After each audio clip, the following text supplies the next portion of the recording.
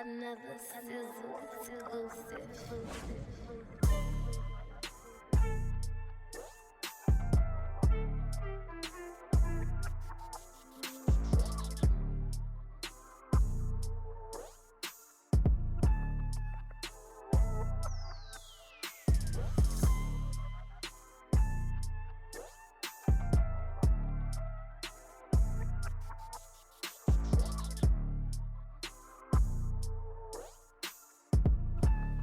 What it do, what it do, what it do, baby? We back at it once again with this thing called Wooisms. Yes, sir. It's your boy Woo. And I'm sitting here, man, with my good brother, my good friend. Don't ask him to bring you no communion if you miss church, because he won't do it. How I know? Because I asked. And he didn't do it. Charges to my head, not my heart, dog. Oh, that's what the church folks say, huh? Yeah. Well, we gonna keep it biblical then. Yeah. You know what I'm saying? My good brother, man, you have heard his voice. You've even seen him on every crime TV show. I'm talking about Andy Griffith. Murder, She Was Wrote. it Andy Griffith? Not the black and white. Oh, I mean, yeah, the Andy Griffith. No. Yeah. Well, Andy. Matlock. You talking about Matlock? Oh, yeah, Matlock. Because he was Matlock. Too. Yeah, Matlock. But you know, back in the day, you know, we had the black and white TV. You know, when he was whistling. Man, nah, not the Andy Griffith Wait, show. you talking about Perry Mason? No, I was talking about Matlock. Yeah, Matlock. Yeah, he was talking about the actual Andy Griffith show Yeah. when he was young, old Because, Andy dog, Griffith. You know, growing up, man, you like if you were watching TV to go to sleep, we ain't have cable for real. Yeah. So it was only like a few shows that we could watch, like Mama's Family. Yeah. Mama's was one of Family. them. You had Heat of the Night In the Was one of heat of Yep. the night. and Matlock. Matlock was one of them. Matlock. Star Trek. Yeah. You know what your bedtime was though? When MASH came on. Yeah. Oh facts. yeah. When that Yeah. copy came. They showed MASH came on about 11:30. Yeah. It's Yeah. like, all right, it's late, guys. Yeah. When MASH came on, it's late. Time to Yeah. cut off the TV. God Yeah. dang MASH, man. Do you realize, man, like most of them people in them shows, they were old then? Yeah, they were old then. Yeah. That's crazy, man. Yeah. That's crazy. All right, which one was your favorite show out the old shows? Oh, Mama's Family. Mama's Family. I love Mama's Family. Yeah, that was. Mama's Family was good. I love Mama's Family. I was a heat of the night guy. Yeah. Yeah. I was a heat of the night guy until they got the new Virgil. When they got, I don't even know. Carl Withers. That's, Oh yeah, Yeah, he was the man, replacement. Yeah, man, yeah. I'm You glad know he just passed away last year. about a year or two ago. Yeah. Would you say old Virgil? Now you know Virgil had stages. You know. Yeah, Virgil has stages. Not seen the Virgil Portier with the- Virgil. Virgil with the perm. Yeah, yeah, What right. was it? What was his name? He had the Luke- slick back. With the texturizer. What was, The Just For Me kid. what was his name? Well, I want to call him Lou Rawls. It wasn't Lou Rawls. Damn, what was it? You know what I'm talking about too. Yeah, I know exactly what you're talking I about. said, bro, got some feathers in there too. They put that little comb in there. Yeah, man, they had the right one, man, with my boy, man. I cannot think of his name. Which one? It wasn't. I don't know why I want to keep calling him Lou Rawls. It wasn't Lou Rawls. It was Sidney Poitier. no. Sidney Poitier was the original. Was the original. And then you had Harry Virgil Rawls. Tibbs. Henry something. Henry Rollins. Harry Rollins Yeah, or something yeah, like yeah. that. Like What him. was his name? That's the version I grew up on. that's going out. You know what I'm saying? Like that's the You version. know, our parents and grandparents, they be like, look, we got to get home to watch Hill Street Blues. Yeah, right. That part. Yeah, just watch it. I'm in the heat of the night. But you know, like, man, but that's something like nowadays everything is just on demand. Uh-huh. Right? Like it's not you're not trying to hurry up and get home to catch a particular show nowadays, man. We used to like going after school, like I need to get to the house, man. Got the basement coming on. Yeah. 106 in Park. Mm-hmm. You had when we was growing up, had TJI Fridays. You Yeah. had Family Matters, Step by Step, Boy Meets World. Yeah. But we had to watch it Then. during that time, so you had to be home when that happened. Kids. Unless like the next week when you get home, because you know they always played the previous episode first. Yeah. Before they played the new episode. Yeah. You know what I'm saying? So That was special. Man. It was a special time. yeah, Right. man. I was Saved by the Bell. Clarissa explains it all. Oh, Man, that. Boy Meets World. Man, don't get me started on Nicktoons. Oh man. Rugrats, Doug. Still Doug is still like kind of baffling because you had Skeeter who was green. He was obviously the black guy. He was obviously Yeah, the black guy. He was obviously the black guy. Yeah. Patty. She was brown, but she was white. Yeah, she was definitely white. Yeah. She was definitely Caucasian. Like, Yeah. you know what I'm saying? And then you got Roger. Roger was white, but he was the bully. Yeah. Yeah. I would say he was Irish. And, what's Patty's friend named BB? Yeah, She I feel like BB was black. BB, yeah, the name BB. Yeah, mean, yeah, BB was black. Ain't no white BBs out there. Ain't no white BBs. I mean, think about it. Nah, ain't no white BBs. I mean, You're right. You're absolutely right. Ain't Ain't no no white white BBs. BBs. Ain't no white BBs. BB. Yeah. Who? What? No, ma'am. Yeah, you right. I need more allowance, you're the lady. Man, look, boy, I be in that thing, man. Be right down jamming with pork chop. Yeah, man. Damn good times, boy. Hey, what about did you watch Nick at Night? Yeah. Like when they had Are You Afraid of the Dark? Salute Your Shorts. Yep. Oh man. Another old show that used to come on late last night. Lucy. Lucy. Yep. Oh, yeah. The show Lucy. Yeah. I ain't really, her voice was kind of annoying. I ain't really rock too much with that, but it was kind of one of those nights like, all right, it's after 10. Yeah, 'cause Lucy time on. me to go to sleep. Yeah, Lucy on. I'm gonna tell you something kind of, and you know this is what I'm showing my age now. So I grew up listening to, well, my mom and grandma on Saturdays they would watch the Golden Girls.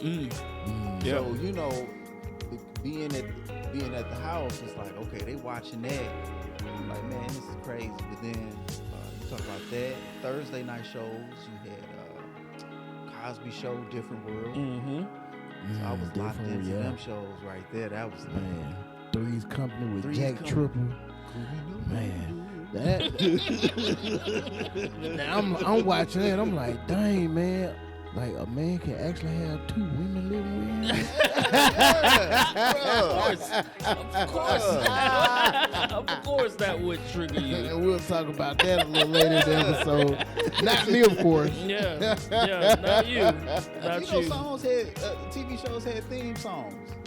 Like the new TV shows, do they even have theme songs? They just come on, though. They got dramatic music. Yeah. You know. They just come on, bro. They should be previously on such and such. Yeah, hey, They go I'ma straight tell you, into the recap. Right. the one show, and I hated when I stopped watching it when Ghost died.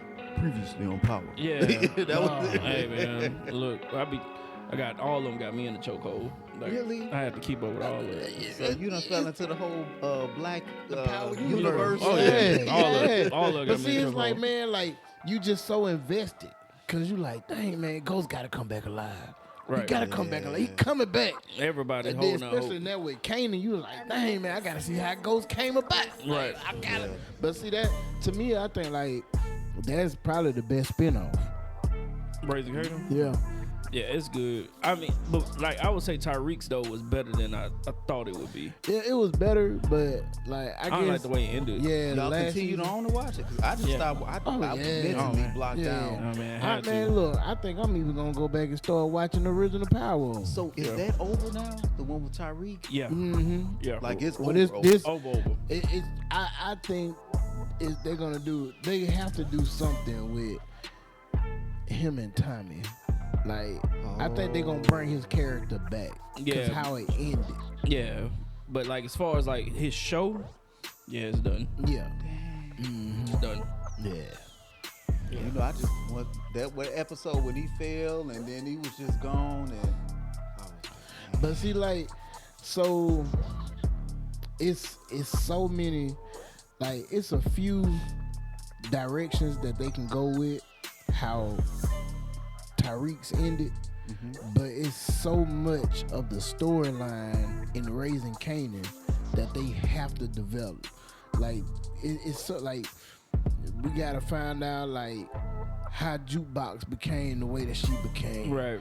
We gotta find out like what happens to Kanan's family. You know, did all of them die, like his mom and his uncles, or did they still live? Like we gotta figure out what happened there. We gotta find out who Breeze is. We gotta figure out how, you know, Ghost and Tommy came about and how they met Kanan. That's what I thought they were going to really touch on when Ghost died. They were just going to do a spinoff with like the younger Cause characters. they had showed the preview. Yeah, me, I thought so too.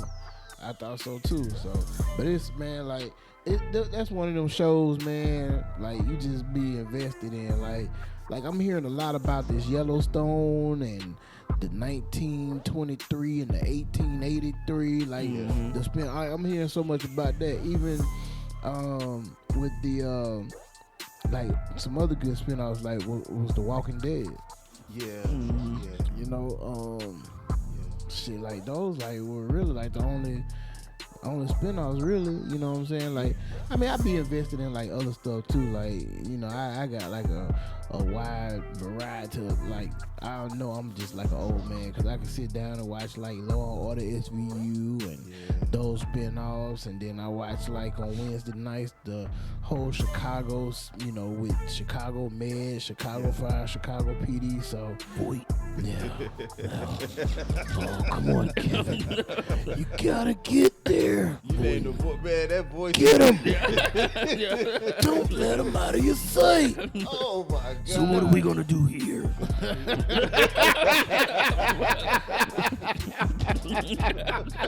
That's boy. I don't know what we're gonna do, but we gotta do it. We gotta do it fast. Cause the chief is on my ass. Well, you know the black detective for the Chicago PD. He had a stint on the show, and I hate they canceled it. Southside on HBO. I remember that. Yeah. So I don't that was remember like that. a series that they had. I think it was two seasons or either 3.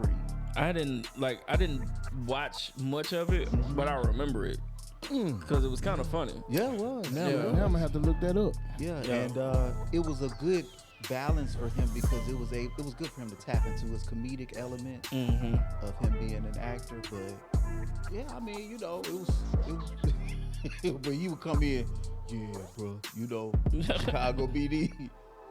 But it was a good series. Yeah, I'm gonna have to look that up, man. I don't even remember that. Yeah, it's on Max. Yeah, I see that. Okay. All right, got me something else queued up to go watch. Yeah, man, that's all I do is watch TV. I mean, especially sewing at night. I'm up when everybody else is asleep. So between the hours of 10 to 3 a.m., that's my time to really just. But Ghost, surprisingly enough, a fictional character, had a big impact on how I approach dressing. Yeah. Oh well. Yes. Huh. I knew how to dress already, but for him to be there, it just kind of just solidified. Hey, And I was man. like, that brother right there is so clean. And then, you know, for his style, I knew when to just dress it up for, you know, executive meetings and to kind of lock into it. But I mean, it's just such a clean silhouette, so to speak. Hey, man, I'm telling you, man, Ghost was clean. Yes. All the time. Hey, look, even when he used to have to go kill somebody and dress up in I a know, jogging suit. Like how you fresh How in a you fresh in a jogging jogging suit? In a suit, man? You know what I'm saying? Like his gloves were Prada. Like, you know what I'm saying? Like, he was clean. That gun was gold, too. Yeah. He had a gold gun. I'm like, come on. He had the damn golden gun Yeah. off of Golden Yeah, Eye on the GoldenEye. 64. Damn. Boy, well, shit, even, but Tommy ass still the same. Black everything. Yep. Black everything. Come on, Ghost. Yeah. Yep. God damn it, Ghost. Yeah, man. God damn. You ain't right, boy. That nigga used to be dressed to the T, fresh in a damn tracksuit and some goddamn Averick shoes. Yep. Some goddamn cross trainer running shoes, Right. man. I mean, he made Killing you want to work out too. I mean, because there was a few scenes And I was like, man, I gotta get myself together. And it just, I mean, because he played the character so well. Oh, you know what'd be good, man? If well, they got to. Like, if they develop the characters of Ghost and Tommy and Kanan, they gotta have a young Angela. Yep. Oh yeah. And a young Tasha. And a young Tasha. Yeah. That would be really cool. Yep. So, okay. So, if you was in Ghost shoes, who would you choose? No, it's Tasha. Tasha. Never choose Tasha. I choose Tasha. Why? I just would. I mean, like, Like, you want to get out the game, but she wants you to stay. yeah, but then I got Angela that's the feds she basically was implicated in all of it anyways and helped him stay in too. She might not have actually said, continue being a drug dealer, Ghost. But like she didn't do anything to really help him get out. No, She just Angela, covered up what he did. Angela was like, come on, Jamie. You can get out the game, Jamie. Yeah. Let me cover up your murder though. Hey, man, I don't In know. another one, in another one, in another I one. don't know that. I But don't you know. got to think of it from this perspective too. Angela was pivotal, I guess, in kind of pushing him towards, because Jamie did become a governor. Mm-hmm. Mm-hmm. So Yep. she was. That is something. That is a talk about a success story. Yeah. Trap king to a governor. Yeah. Yeah. So I mean, he did get voted in legally. Yeah. But I mean, Tasha just wanted him to stay there. But the one scene that always gets me when he moved Tasha. Oh yeah. Yeah, by the end he lost all respect for Tasha, bro. Yeah. All Yeah. respect. Yeah, When he that mother told her, he said, man, look, I lost the love of my life today. What? What said I lost the love of God my damn life? it, Tasha. No, I lost Can the you- love of my Can life you today. give me a Talk second? about I lost the love of my life. What do you mean? What do you mean, James? You told your wife I lost the love of my life today. Diabolical. Right. Who could you imagine saying that? Right. bruh? That mother wasn't told about that when his daughter died. Like, you know what I'm saying? Your daughter got killed. Yeah. You know what I'm saying? And you Goddamn Ray Ray. like, come on, Tasha. I lost the love of my lost life the today. love of my What? life. What? Yeah, he ain't give a fuck then. He ain't give. Yeah, he was unhinged. Oh man. Yeah. He ain't give a damn at all. No, I know we're a good 20 minutes in. We still sorry. ain't we still ain't introduced. We ain't even done with your introduction No, yet. no, that's kind of how it works. I guess. Yeah, it's all good, man. Don't worry, man. Yeah, I guess But that's you how know, it back to this guy. Yeah. Oh, I was talking about how he's been on every Law and Order show. You know, with the voice, with the silhouette voice. You know what I'm saying? He was out here singing Residuals before Chris Brown made it a hit. What? The account was not me. Chris Brown, you made it a hot line. I made it a hot song. He Jay-Z'd you, man. It's all good. See Breezy Jay-Z'd you, Oh, man. good. I ain't tripping. Man, you know what I'm saying? Like, man, my rich friend, man, my good friend, my best friend, named Great Homie. Oh, everybody's favorite bishop. My bishop, your bishop. Communion Sunday Sean. Woo, like, so this is what I know for like at least the next 10 years. Woo is never gonna let me live down the fact I didn't bring him communion yesterday. Like, of all the great things I've done for him throughout our friendship, he gonna be like, it's gonna be like 2050. And he gonna be like, hey, nigga, you remember that time I asked you to bring communion to me? You ain't bring it. You remember that? And I'm like, no. It was Palm Sunday. too? Yeah, exactly. Yeah. He gonna be like, no. Did you at least give him a piece of a palm? No, I didn't. I Man, didn't. see, man, I like, didn't. I hit my good friend up, man, because we woke up late for church. And, boy, my wife. My wife. So, she nudges me and says, hey, babe, are we going to church? Before I look at I'm like, yeah, what time is it? Our church started at 10. She said, it's 9:30. I said, no, we're not going to church. Why are you just asking me that? Why are you even asking me that right now? She nudged you knowing that y'all weren't going. Yeah. Like, Yeah. like she knew it. Cause I guarantee you, she could have nudged you an hour prior to, Hello. and she was like, "Nah, I'm gonna let it sit." see if he get up on his own. Then 9 o'clock came. That was really the last time that she could have nudged you. Y'all could have got to church at this time. And she's like, we'll see. I don't know if I want to go or not. I can tell Bishop done heard every excuse. Oh, man. That's wisdom right there. For him to man. pick up that so quick. Oh, man. 9:30, 9 freaking 30. 9 freaking 30. She Babe. rolls over, nudges me. And we live 30 minutes from the church. So, like, waking him up at 9:30. Yeah. Nah. Nudge me. Hey, Dave, we're going to church? I'm like, yeah. Cause that's my friend. I'm jump like, anytime something like that, I'm like, yeah. I jump up. I'm like, what time is it? 9:30. I'm like, no, we're not going to church. Why'd you even ask me? Yeah. So then, I think about it. I'm like, hey, man, I know my good brothers at church. Hey, man, you know what I'm saying? Bringing about 5 communions to the house. Yeah, I got you. 12:30 hits. Oh man, my bad, brother. I forgot. Don't even worry about it, man. You let the devil use you today. Oh, wow. Yep. No, the devil used me. I wouldn't have said nothing. I would have saw you later today. Yeah, you were like, hey, dog, you got that communion on you? See, what had happened was, it's like, I was like, I literally was turning off 150. I said, golly, y'all supposed to grab communion for the Wootons. I forgot. So we didn't even take none of the body and the blood. Look, I'm pretty sure you got wine in there with some bread. I was just about to say, I know everybody got. You could have y'all could have took one piece. Bow. I ain't had nobody hit me with the scripture though. You should. If you be like, hey, dog.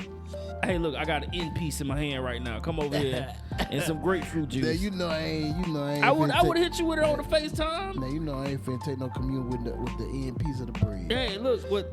Really? Second piece? The second piece. Yeah. Second piece. If you would be like, hey man, we got bread and we got grape juice, I would have FaceTime. Y'all would have let you do I ain't it. had no grape We juice. gonna touch on this end piece of the bread too. All this end piece of the bread. We gonna come back and visit that after the introduction. 'Cause I got something to say about that. I got something to say about that. Black folk, man. I don't know. That's like a holy stigma in the house. Like, Hey, man, dog. you can't eat that booty I used to be like that. because it's like it is unevenly thick and dry. But if you get both ends, They still uneven. Nah, dog, 'cause you they get both sit- ends. You Man, got a look, little 'cause something. they sit like this. but when you Oh no, Right big there. dog. No, big dog. yeah, Like, both ends. You got something. Yeah, I ain't think of it like that. man, Yeah, that like- shit worse than That's the the beginning and the end right Exactly. there. The alpha and the omega. Why was I just thinking that? Oh my The god. alpha and the omega. Oh god. That is the name of the episode. the alpha and the omega. Yeah. Oh god. Man, that's worse. Honestly. When you make a sandwich out of the butt of the bread, that's worse than eating a Jersey Mike's sub. Oh, wait. First of all, that's pretty lofty statement. Jersey Mike's is dry. Hey, yeah, but dog, like that's what I'm saying. That's what it tastes like eating both of the butts of the bread together. We gotta change our palate. We keep Yeah. thinking that. I'm serious. We keep thinking that. See, this is the problem. I want it extra wet, flat wet. That's the. I don't know who started this. Well, whoever started, man, God bless that color. Cause I showed, everything don't need to be slathered in salt. shit. I'm gonna say we gotta change our palate. No sir. Cause I know the first thing when I be in them wing spot, and I look and I see that garlic parmesan. I say, hey, is it wet or dry? See, I knew it was good. They say dry. Let me get that mango habanero there. Man, I can't eat. But when it come to my wings, man, I like them wet. I like them wet. No. Wet. All right. They give you the option to kind of dip it if I want to. Yeah. Like, it's a And I'm little- still gonna dip it. But the problem is when the wing too wet though, and then you dip it in the ranch, it's just a little like It's weird. it's greasy kind of like, and and you don't pull much wrench off because the sauce Shit. is so wet. No. Oh, boy, you got me thinking that shit. We need to go ahead and end this so I can go to goddamn Wingstop. Hey, you go get your garlic palm. Yeah, I'll make sure I get my lemon pepper. Now, see, I can't, no, man. See, you going to hell. How dare you? That's why you didn't get communion yesterday. How about that? How about that? I broke the bread. I broke the body I know and drunk the blood yeah, yesterday. you damn right. You broke the butt of the bread. Yeah, and then put it together. Yes. The more you know, you nasty. You just nasty. You nasty son of a gun. You know what? We ain't brought this up in a while, but if you can make a sandwich out of the butt of the bread, you might as well say you eat candy corn. No. Candy corn. Oh, see, oh, man. no. Oh, see, we got us one, man. man. Oh, man. Man, look, man. You know they say you eat candy corn, you eat butt, man. Hey, well, we ain't talked about that in a while. yeah. Well, that's how we know that it don't taste like candy corn. Oh, man. That's how we're aware of Hey, that. man, you eat that wax, man. Oh, I man. don't know what type you eating. Wax though. Right. Yeah, I don't know what type you eating. Oh, man. I ain't never said I like eating wax, but Add a little bit of carnival, that yellow 50. Put a bunch of sugar in there. Yeah. hey man. Man, that shit like eating dried up glue off your hand. That's what candy corn tastes like. Yeah. Well, you know you had some people that were doing that too. Oh man, I used to eat glue. I used to sniff markers. Ooh, thank God I ain't. I'm glad you delivered from that. That explains so much. Man, look, man. Hey, man, them markers, man, that had the sense to them. Ooh, boy, I be in art class every day sniffing the hell out them hoes. First through third grade. It's crazy because you know right now you can't buy certain things from Walmart because the kids are literally sniffing them. History repeats itself. Yeah. It's crazy. Man, you never sniff no marker, man. Not like that. Shit. Like, I mean, you had, the flavor sense or whatever, and you're just like, oh, yeah. that's grape. Cherry. But not like, Shit. Hey, close one of them nostrils. all right. Really? Yeah, so, yeah. That shit like a lion. Yeah, you officially have a problem. Hey, man. All this, but you won't eat no candy. Yeah, you only look at it. Or the butt of the bread. Yeah. Hey, man. Hey, Right. hey. But you snort that, though. I did, man. I did. But you know what I'm saying? Like, I weaned myself off of it. You know, I used to be down and bad. I'm like, man, you want that marker? Let me get it. Oh, wow. You was negotiating sniffs. He was negotiating sniffs. Man, let me hit that marker, man. Let me get 2 sniffs for a quarter.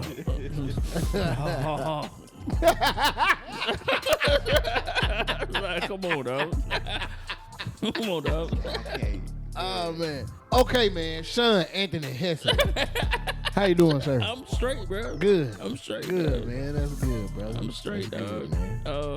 I mean, do I need to introduce you, or so we introduce our guest first? Because the way it's working, like, we're not gonna get to introduce him. Oh man, go ahead and introduce the guest. No, man. I'm gonna let you do it. Okay. Yeah, I'm gonna let you do it. Man, look, man, I met this guy probably about 3 years ago, man. I was looking for a tie for the second round ball, and I can't remember who recommended him, but linked up with him, man. He's been my go-to tie guy, custom made since then. Very good brother, man. Very humbling brother, man. Every time I purchase a tie from him, it's like I'm actually paying. I'm not paying for the tie. I'm paying for the therapy session that comes with it.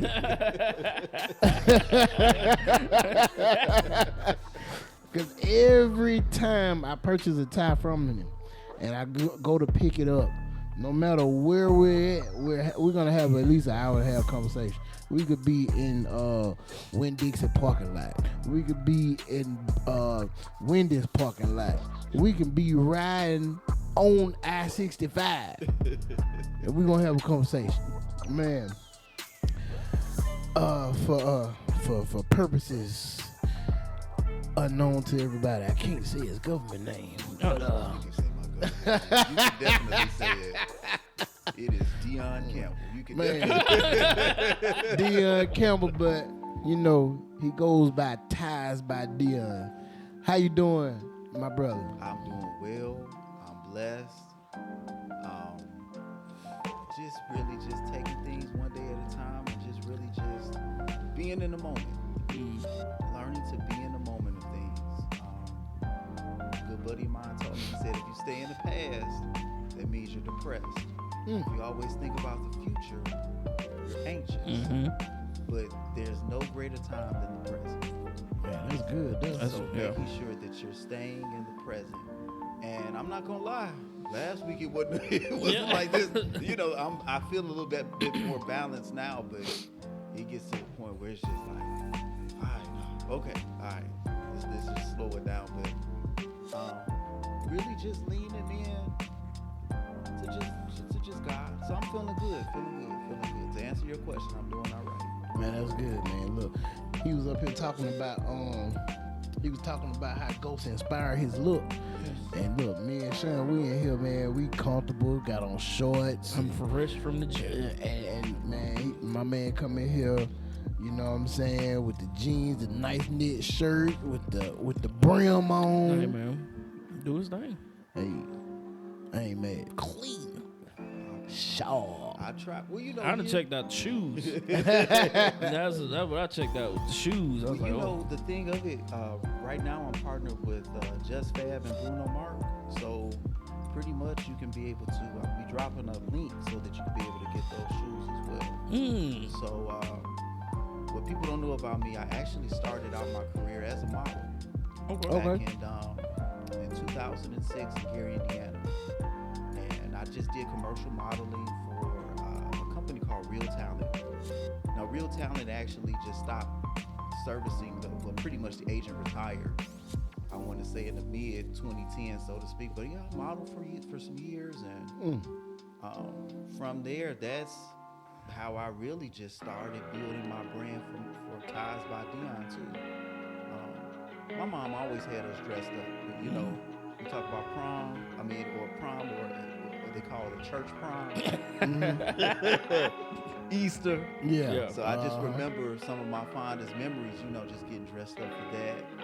And it was just a big thing. My mom always said, wherever you go, you have to dress like you're about to be chosen for something. And I always held on to that. You never know who you're going to come across. And that's the same thing when it comes to my sisters. Everywhere we go, they have a certain look to them. They ain't got no full makeup or nothing like that, but it's just like, you know, like, I make sure I got my little earrings in or a little lip. That's how they always talk about the young ladies in our family. But when we come out, she just said, man, make sure that you're dressed to be chosen. Man, one thing my mama told me was, make sure when you leave the house, you ain't got no holy drawers on. Because if they take you to the hospital and they strip you down, I never understood that. I never understood why would they strip me down at the hospital and look at my drawers. I had to cut sometimes, depending on what's going on. I had to cut the shirt, cut the pants. When they get ready to check you and put those little EKG monitors on, they gonna see that little holy shirt. Man. I'm saying, don't walk out here with no drawers, no holes in your drawers. I'm like, damn, I'm being comfortable one, man. Right, man. Shit. I got a couple of white beaters now. I put on one yesterday. Tim was like, hey, bro. It's time to retire that, I that got white a confession. I got on one right now that we listen and we don't judge. Yes. Man, look, I got some, man, they all stretched out. Hey. But I keep them, like, when I get to them, that's when I know I got to wash my white. Because I don't run through. The only thing white I wear is my white beater. I don't even wear white socks no more. Yeah. So you know, that's a girdle. That's the male girdle. Yeah, that is true. That is true. That is true. It is. That is true. That is true. You know, That make is sure it's true. smooth. That thing. Yeah. Look, that's what I'm saying. I've been in fashion for a long time. We ain't had no Spanx. Nah. Get you the tightest beater. Yeah, you gotta go a size low. Yeah. You gotta go a size Get you a little size smaller. low. It's gonna smooth out everything. Right. Like, oh man. Yeah. That's the male girdle. You get about two good wears out of that one.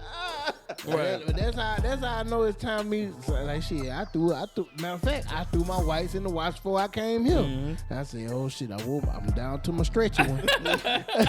I'm all flared out at the bottom. Yeah, like a little dress. Yeah, it's You know, flared out. it's Like the just elastic in the swag. bottom is gone. Gone. It's gone. Because you done pulled on it. You can walk and do like a Yeah, little. exactly.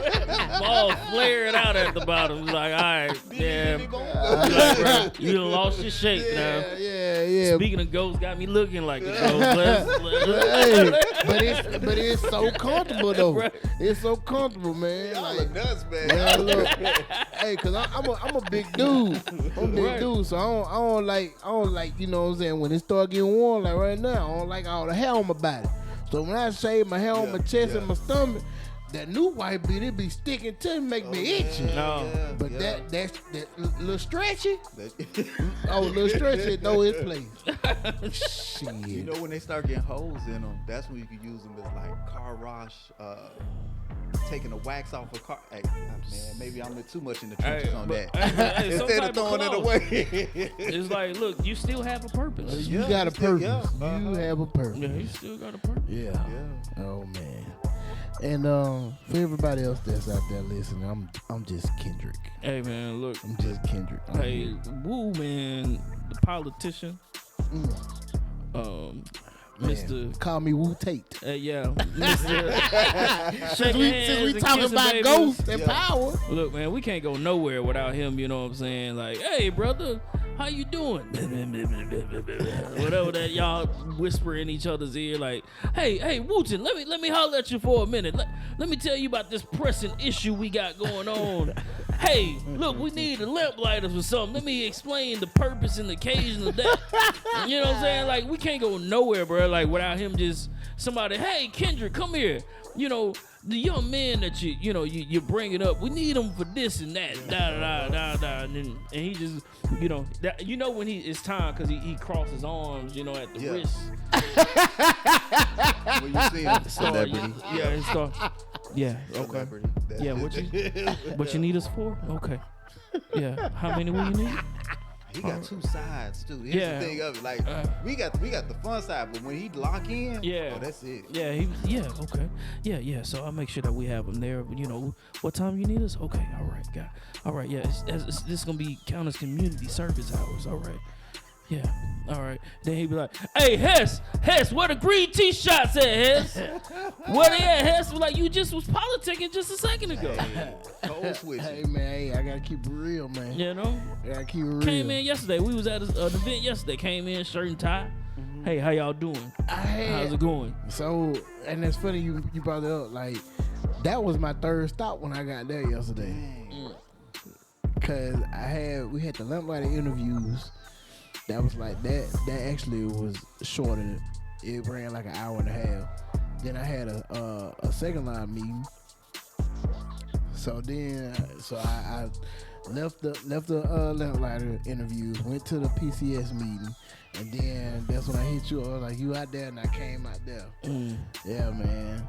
Full day. Yeah, full Sunday. Yeah. You know what I'm saying? It would have been a blessed Sunday if I could have got my communion, but you know what I'm saying? Golly, bro. But you know, I swear.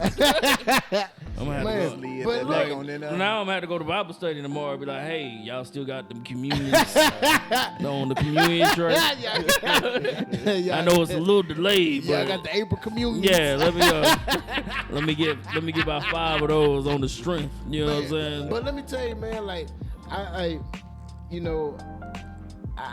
feel real good about the stuff that I do, man. You call me the community activist and the politician, man. But so last Monday we had closed the application portal for the next class of the lamplighters. Well, Coach Gardner, his wife, Coach Mika, she hit me up probably about an hour before I was getting ready to go to the interview. And she was saying how she had a parent that had a son, because the daughter was on her volleyball team and had a son. She was like, he's not a bad kid, but he could just use some extra mentoring and men in his life or whatever. And she was like, I know that y'all closed the portal, but is there anything that you could do, Kendrick? So I was like, I said, you just, let her, give her my number and she can call me. And she calls me, and, she proceeds to tell me, the backstory about her son, just growing up in the suburban area, but want to follow the other crowd. And she was like, she was basically saying, we did this research, and she was like, my oldest son, I said, she was like, not only did Coach Gardner, she referred to you and the Lamplighter program, but my oldest son, he plays in the NFL, and so he's not able to be here a lot for his younger brother, but he actually got on Facebook. He looked you up, and he was like, Mom, you need to contact him. This is something that he needs to be a part of this program. And I'm like, dang. Wow. You know what I'm saying? Like, I felt good, you know? Like, shit, like, old buddy, like, researched who I am. So the kids researched, and they took the time out and said that, hey, I think this is somebody that we should have this is for the younger brothers. Wow. Yeah, that's dope. Yeah, man. Yeah, so man, it's just like I mean, like I'm kind of already conscious about certain things that I post. Like I'm human. I like to have fun. You know what I'm saying? You might see me out. I post a few drinks or whatever like that. But like you just never really know like who's watching. You know what I'm saying? So like that was like something dope, man. That's dope. And Super dope. It just makes me just want to continue doing what I'm doing. Like, dang, I'm actually, I guess I'm actually, you know what I'm saying, doing something good. You definitely have reach. Yeah. You definitely have reach within the community. You said you follow, actually watch what you post. I'm struggling with that right now because I used to be the fun poster. Yeah. Like, it wasn't anything that was just crass or just rude or anything, but it was just like, But now as we've gotten older, I've seen the shift in friends who have become more self-critical, or they're trying to be instead of just being themselves. And that's the one thing I appreciate from you, because this is my second time meeting you, but from him especially, the fact that you all are just being real, you're being organic. Especially, even when you talk about people being in ministry, it's always, I'm this and I'm that. Yeah. And it's like, man, come on. Oh, man, you should have heard the conversations we had when he first got in the ministry. Man, I was asking him so many questions, like, man, how you know it was your time? Like, what do you do? Like, man, do you got the big Bible with the big bold red print? Like, where your robe at? Like, you gonna start wearing your robe when you preach? Like, you got I know you gonna have your preacher pat towel. What type of juice you gonna drink? Apple juice, orange juice, grapefruit juice? You gonna put have the saran wrap on the thing. Yeah, right. That wine glass. Yeah. And then they put the cranberry juice in there. The saran wrap on top. Say this is the blood. I'm like, why can't we have the cranberry juice? That's for pastor. Yeah, like what? Come on, man. Man, I ain't gonna lie, man. Like, oh boy, my pastor used to leave his pastor study door unlocked. Ooh, I used to go in that refrigerator. Man, he had the good juice. I'm talking about like the good, like man, the little miniature juices. Yeah. See, like And y'all then had a variety. I was like, nah. See, y'all had great value for y'all. He had Welch's. Yeah, that's what he had. The Welch's, man. He had the Mott's apple juice. Yeah. You know what I'm saying? Like, Flavor that we could only buy. Right. man, now I see where all the time money goes. I'm like, dang, I want to be a pastor if I can get the real juice. Yeah, but it's funny you say that about like being organic, especially in ministry. So, and I was talking to them about it Saturday. Had a conversation with like a fellow minister, and we were out somewhere, and she was like, "Ah, I wasn't expecting for you like to be out." It's like, yeah, I'm out. You know, it is what it is. I said I have more conversations about God outside the church than I do inside, and I said, you know, and what I brought up was Jesus' first miracle. When he turned the water into wine. Yeah. People talk about it as like, well, you know, he went to a wedding. Well, like back then, like weddings were like 7 days, and they celebrated. That was a party. They were at a party. I didn't know that. Yeah, they were at a party, and they basically ran out of liquor. Yeah. And his mama said, "Hey, we out of liquor." And he said, "Woman, this ain't my time. This ain't my time to make the liquor run." And she was like, "What?" She turned away from him. Hey, whatever he say do, you do it. He's like, golly. And that's when he turned the water into wine. But it wasn't in the synagogue, it wasn't in the temple. That was at a party. So it's not, you know, I'm not walking around here like, you know, how many can I save today? But, you know, if we chopping it up somewhere, regardless of where it is, it could be here, it could be at a club, it could be at a cigar bar, it don't matter. If the opportunity presents itself, I'm gonna take it. Yeah. But at the same time, like I don't have to be walking around this mother like holier than now, cause like we all are on the same level. Yeah, we are. We all go through stuff, man. None of us are perfect, and we all striving to get better. So why should I judge you for where you are when I'm not any better than you?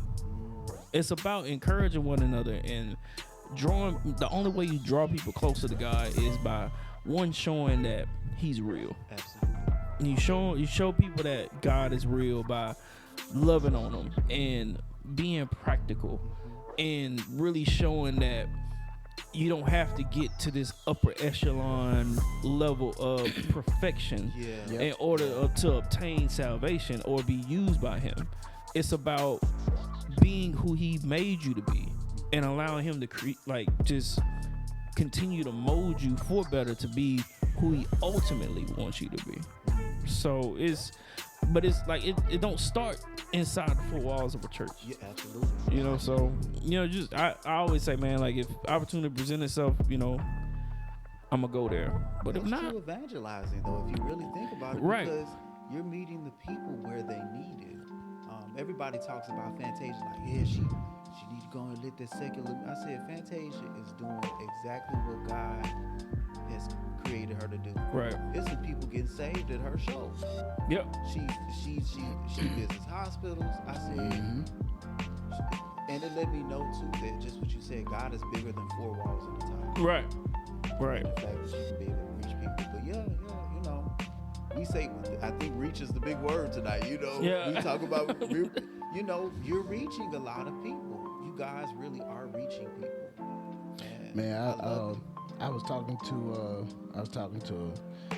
one of my frat brothers yesterday, and he's going through some trying times, and I was telling him, like, you know, cause he know you, Sean, and I was just like, you know, I was telling him like all of, like, basically 2024 was like a bad year for me, and I was telling him, man, I was like, you know, I got a lot of friends, but you know, like, I know I was leaning on Sean heavy. I was leaning on Sean heavy, and then like he introduced me to who would become, you know, my new pastor. And so, you know, I talked to him, and you know, like ever since, you know, Sean introduced me to him, like he's not only like my pastor, but like another brother. And I was like, man, I know Sean was getting tired of hearing me.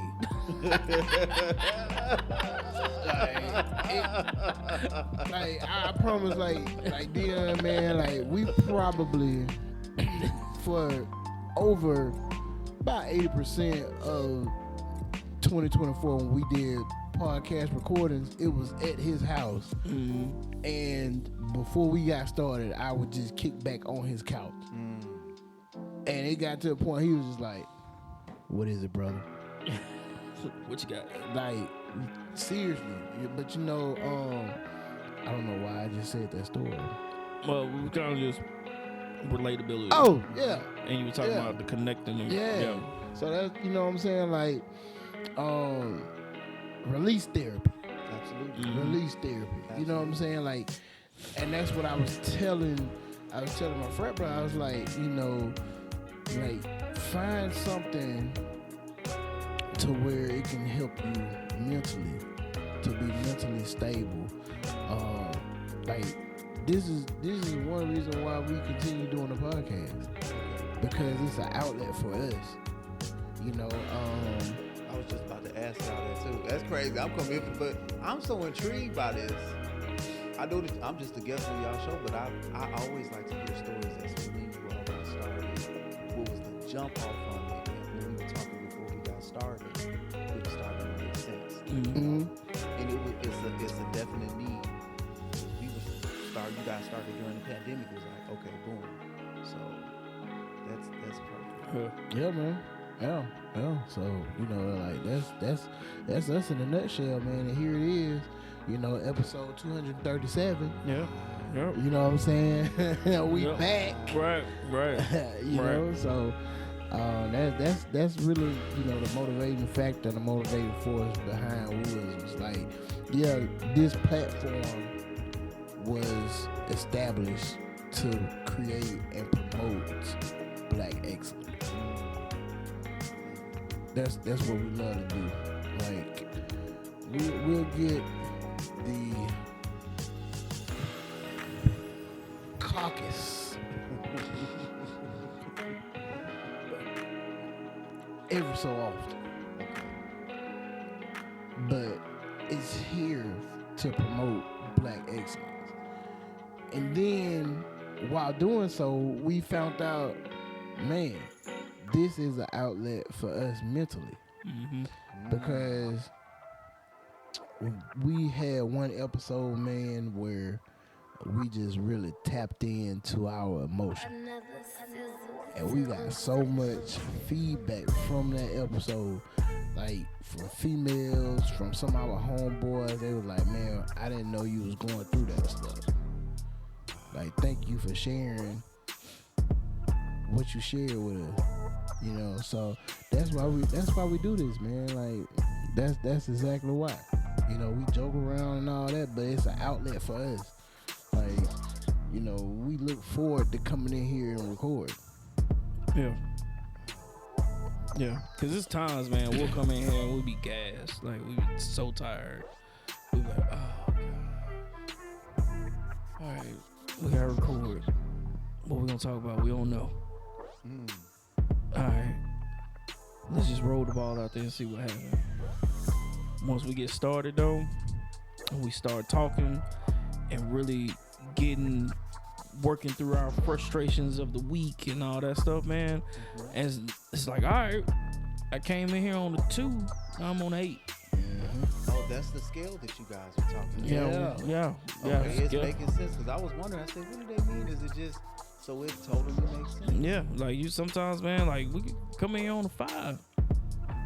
By the time, you know, this liquor kick in, and we got talking about what we got, you know, what we going through. Like, all right, you know, maybe 8 or 5. You know, we about 8. Stressed out. Yeah, you know, we done had plenty of times like that. So, but it's, you know, like Wu said, man, it's about promoting Black excellence, giving people that platform that otherwise wouldn't have it. Or helping people expand their platforms, right? Because it's like a web.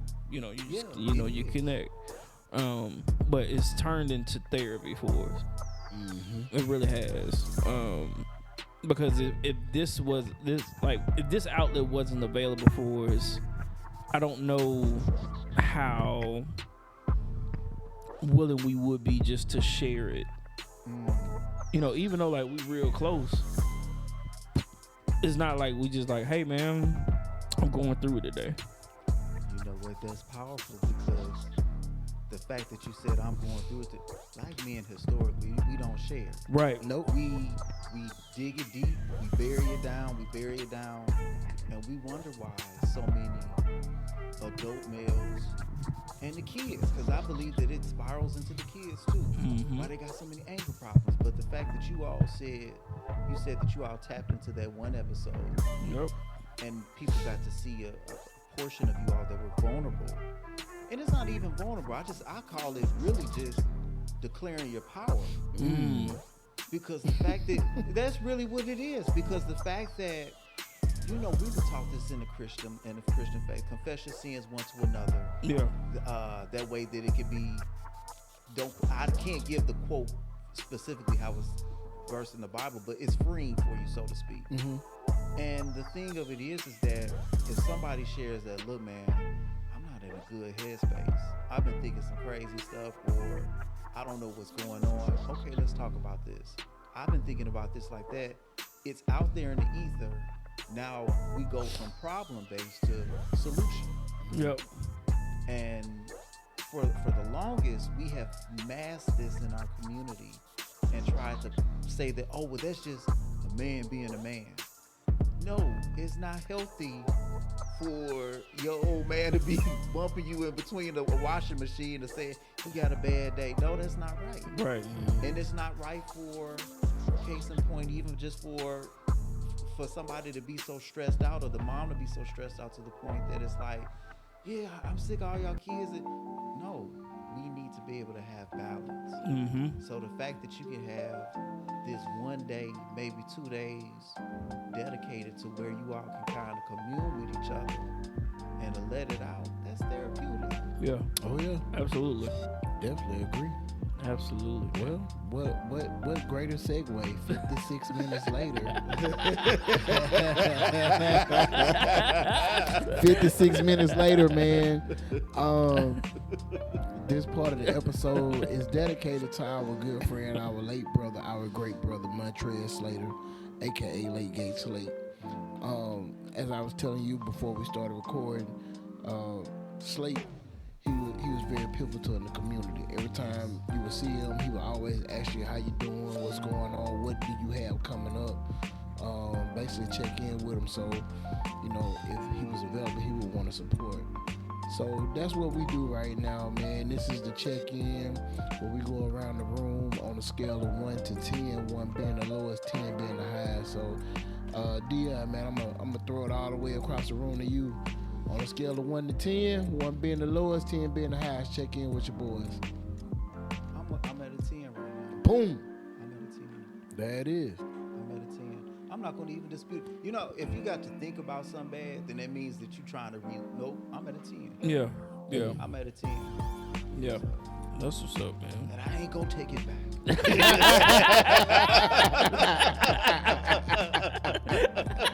No, sir. You heard that little voice in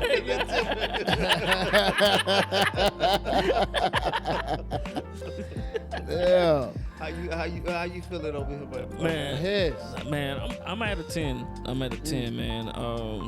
I ain't got too much I can complain about. I'm tired, but I'm tired. I'm just gonna be tired. That just happens when you running the way I run. Sometimes. Running gun, baby. Yeah. Running gun. So You wouldn't be too tired if you didn't eat both sides of the end of that goddamn bread. actually, I probably would have a little bit more energy because that would feed, that would fuel the body. I'm telling you, all the nutrients done went to the front and to the back. Yeah. Y'all trying to get in the middle. Hey, look. But all of the good riboflavin. Yeah. Hey, man. And the folic acid. Be dry eating that thing, man. It's dry. Oh, man. Oh, but yeah. What I say? I did a little dig. Yeah.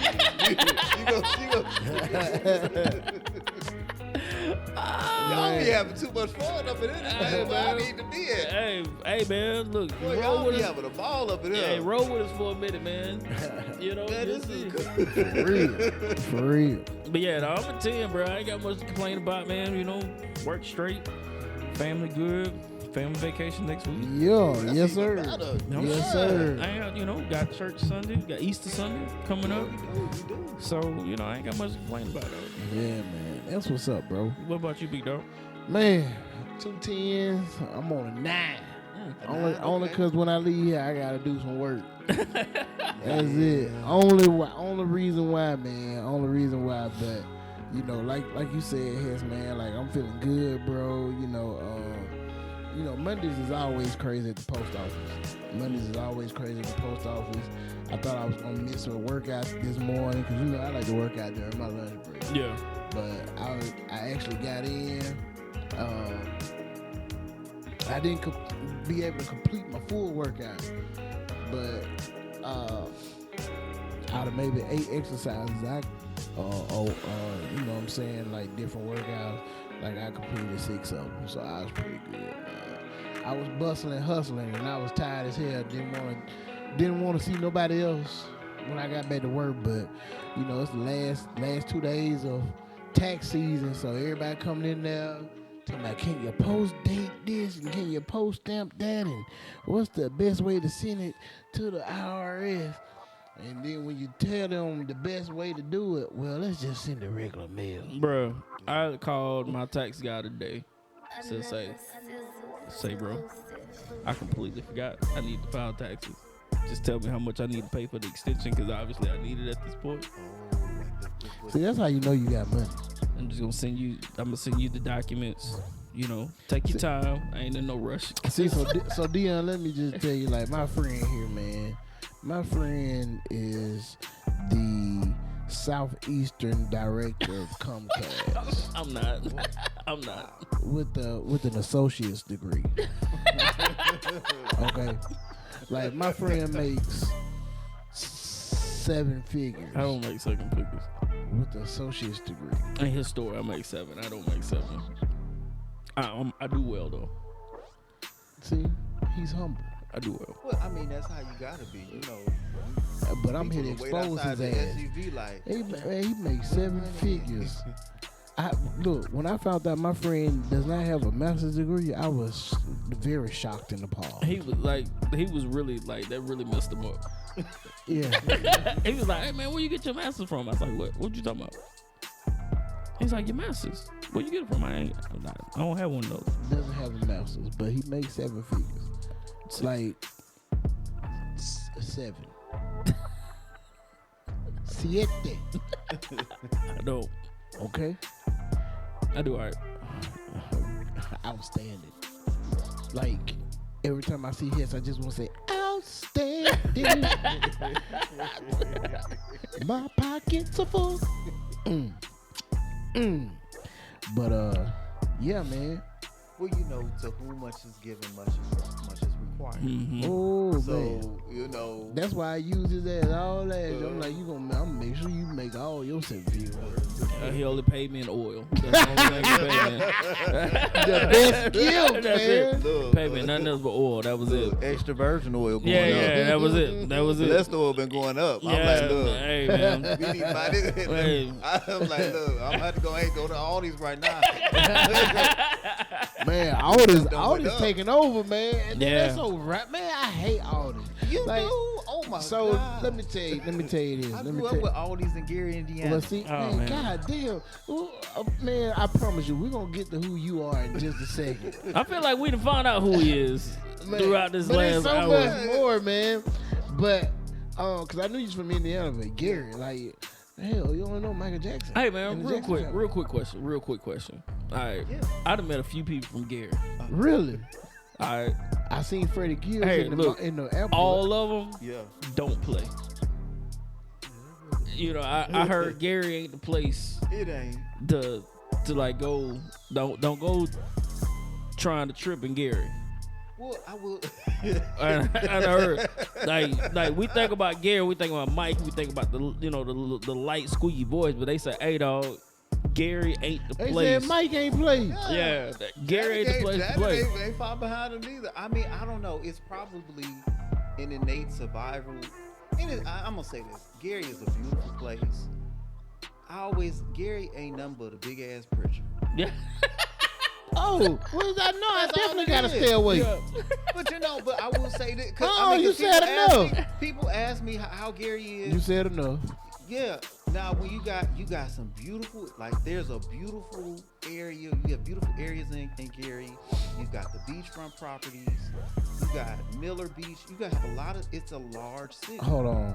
So for the people that's out there listening, that's not from Mobile or not from Alabama, all right. So he just said that Gary, Indiana, is like a big ass preacher. Yeah. Guys, let me tell y'all what Pritchard is. I will say this whole little water. I don't know how far. So look, we ain't in the trenches like that. So listen, let me tell you. He said Gary was DIP. Let me give y'all. That's it. That's it. Let me clean it up a little bit more. Let me give y'all a resemblance. Do y'all remember in the original Lion King when Simba and Mufasa was sitting up top, and Mufasa said, "Simba, everything the light touches is our kingdom." But you look over there, your ass don't want to go where you talking about the goddamn the dark area where they had the fight at the end of Lion King. That's Pritchard. So for you to say Gary, Hey man, he retracted his statement. well, I will say this too because I can't speak for Pritchard because I didn't grow up down here.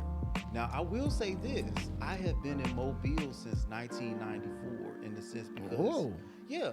So I would always spend my summers here in Mobile since 1994. So I knew the lay of the land. And as a kid growing up, I'm like, oh, Pritchard ain't nothing but Gary. It's really, but Gary is large. And the thing of it is that you got the west side of Gary, you got the east side of Gary, and you've got like different districts. You may have areas that are just very, very, beautiful homes, things of that nature. The beaches are there, so that brings a lot of people there. But I will say a lot of our cities, our inner cities have been, when we talk about white flight, white folks have been leaving. And when I hear people talk about Pritchard and they say that, wow, Pritchard was like a nice town. I want to see older photos of it because when you look at the old photos of Gary, it's like, man, this was really, really nice. But throughout the concourse of time, you have things that just, it goes down over time and people move. You may have people who are just unsavory characters that may want to take from funds and things of that nature. So I think both of our cities have been victimized by corruption and by greed. Yeah. And now I honestly think it's because some people say, well, why aren't you back at home in Gary? I think I did as much as I could in my city. And I just decided to come down just for my mental health. Man, so all right, here we go. Let's just go ahead and get into who Dion Campbell is. Man, first of all, how old are you, sir? So I just turned 44. Okay. In March. Man, you talk like you got some years on you. No, like the way that you was like, you was here in 94, man, 94, I can't even remember what I was doing. I was probably still in somebody's elementary school on the carpet in 94. Yeah, well, 1994, I think I was what? You had I to be in about middle school. 14, 15, Yeah. I was like 8th grade, going into the 9th grade. In fact, that was my freshman year. So it was such a different place. And my parents wanted to actually move down. And I was like, no, I want to move to Mobile. But I was like, let me just stay. But during that time, I saw so much in Gary that happened. And you see, I don't know how deep I should talk into it, but Man, as far as you want to go. oh my gosh. I mean, I remember when the issue of games was big, and then you had different rival games going against each other. But I will say, and and I remember at the time we had Mayor Scott King at the time. I remember a state of emergency had to be called. We had to have the U.S. Marshal come in to kind of fix what was going on at the time because it was like a shootout. And I'm like, man, this is crazy. But also, too, I do remember that once that was over, the city was rebounding and we actually hit like a better place. So we ended up getting the casinos out there. We had a baseball field. I started to see things picking up a little bit better, but then again, some people in their eyes was like, yeah, it's still going down, but I still ride for Gary because that's my hometown. Yeah. But I am honest enough to say that look, this is what we need to work on some things at.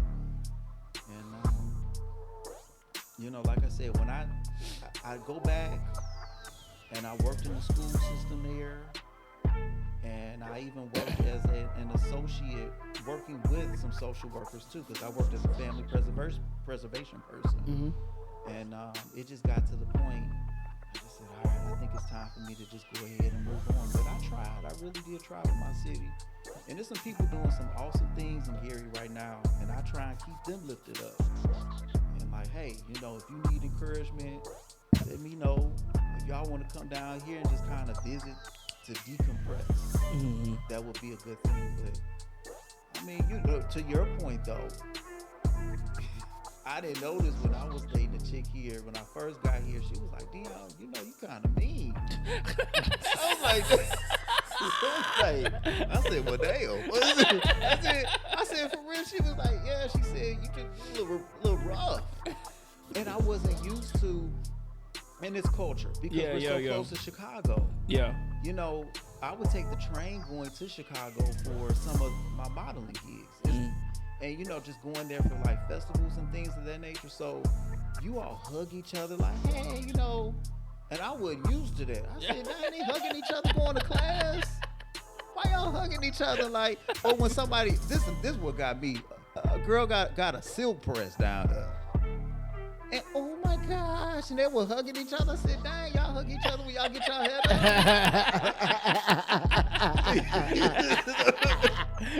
It was just. But ladies, the thoughts and views of Dion Campbell.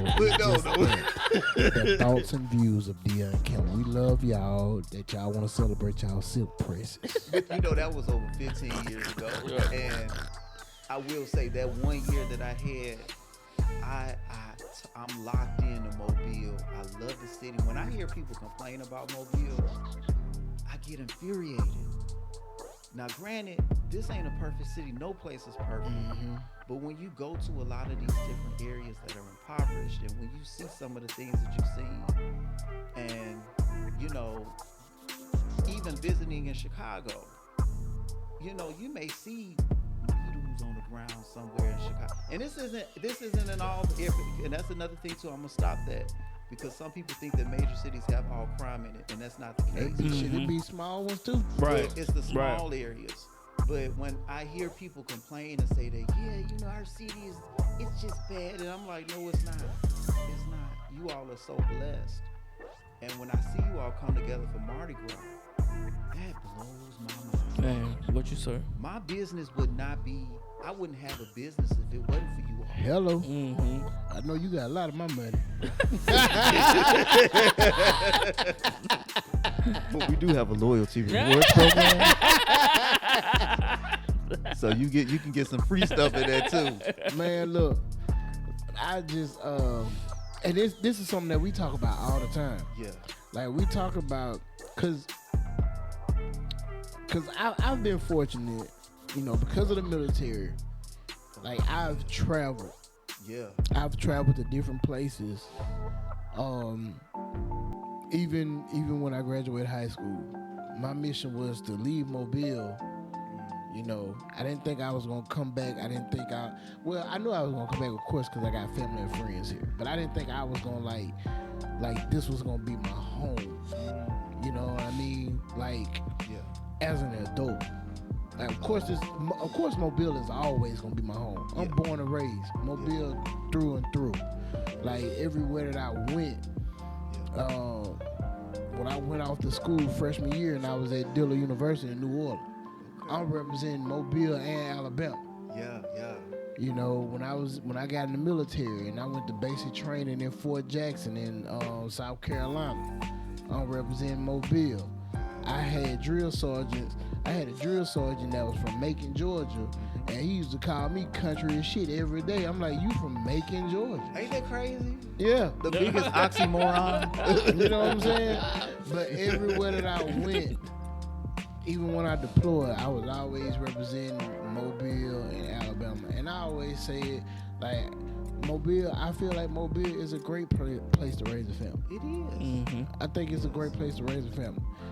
But I think, you know, but when them kids graduate high school, okay, it's time for you to go off. Yeah. Venture and see what's out there outside of world. Mobile. You gotta see the world. You gotta see the world. But, you know, like I said, I'm hearing, you know, you saying like you wanted to change the environment and you wanted to make, you know what I'm saying, like make your impact. Like I never thought like my impact would be what it is of today. Like, you know, Sean, this is my guy. Yeah. Been my guy since freshman year in high school. Okay, I was about to say college, high school, yeah. Been my guy, man, over 25 years. Oh yeah, y'all locked in. You know, man, he'll tell you,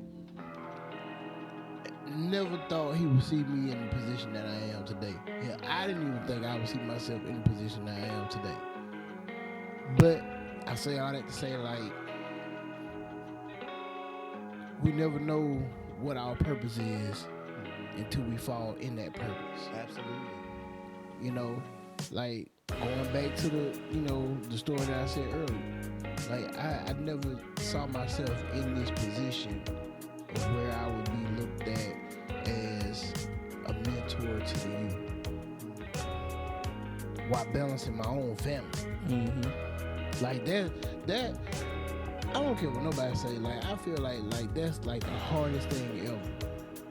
To try to be a mentor to other people kids, and you got your own kids, and making sure that they understand, like, or they don't have a doubt in their mind, like, my parent is here. Yeah. You know what I'm saying? Because a lot of times we feel like we're torn in between. Yeah. But one thing that I live by, I say, you know, you make time. Like a lot of people, oh man, I ain't got time to do this. Like I just ain't have time to do that. And I would go over here and man, I ain't even had time to do it. Like you make time for what you want to make time for. Yeah. You know what I'm saying? Like, shoot, if I want to go kick it with my boy Sean, and I done did 10 hours at the post office and got this other stuff, like, shit, I mean, hey, if it ain't nothing but about 10, 20, 15 minutes, just like Sean last week when I hit you up when I was coming from the track meet. Yep. Like, what you doing, bro? He was like, I'm at the house. I'm like, hey, you want to shoot some pool? We probably shot pool for about maybe 30, 45 minutes. We had enough time to play 5 games. And we was drinking and taking shots while we playing pool. and it probably lasted about 45 minutes. Yeah. Mm-hmm. You know? Talked about a lot. That's it. That's it, man. Like, you make time for what you want to make time for, bro. And, from you moving here and establishing yourself in Mobile, but, like, I want to talk about the part of Dion Campbell that I grew to know, which is Ties by Dion. The business side. Yes, yeah. the business side. Because I knew you as the business person before we established the friendship. Yeah. So, and that's pretty unique, man. And I say, like, me personally, we went to LaFleur. Yeah. Back then, LaFleur, man, was so diverse. Like, we were really a school of communication and arts. Like we I had love that. every like that was what LaFleur like in the late 90s to mid 2000s. It was LaFleur High School Communication and Arts. Wow. And I'll tell you, like, no lie, like from the time I was there all 4 years, man, I took photography, I took ROTC, I was in home ec, Yeah. I was in clothing and design. You know what I'm saying? I did those type of classes just because the girls was there. Yeah, absolutely. That's really to be honest with you, that's the way to finessing. That's it. That's it. That's it. But let's talk about, man, like how did you get into the tie industry? I'm going to tell you this. So what people don't know about me is that I was a hyperactive child. I had ADHD. Oh man, me too, but I just wasn't diagnosed. And the diagnosis came later. Yeah, for my me in mom life. she said she wasn't buying no medicine. But when I was 8 years old, the thing of it was that I would ride bikes, I would do all of that stuff. I think I came home from school one day and my mom was like, I'm gonna fix this. We had an old pair of linen curtains. She took them down in the den area and she said, we're gonna make a dress. I'm like, oh, okay. We cut it up.